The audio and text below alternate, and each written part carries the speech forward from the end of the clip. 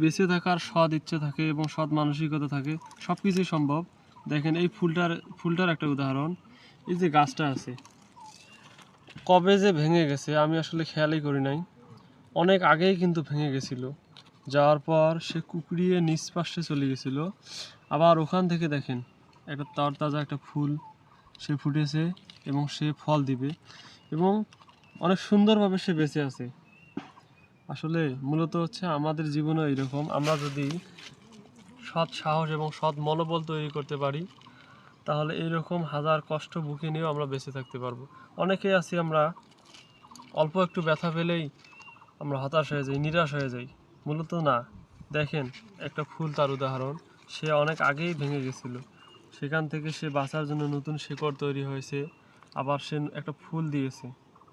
মূলত এটাই হচ্ছে আমাদের একটা শিক্ষা, যে কখনো হতাশ হওয়া যাবে না, কখনো হাল ছেড়ে দেওয়া যাবে না।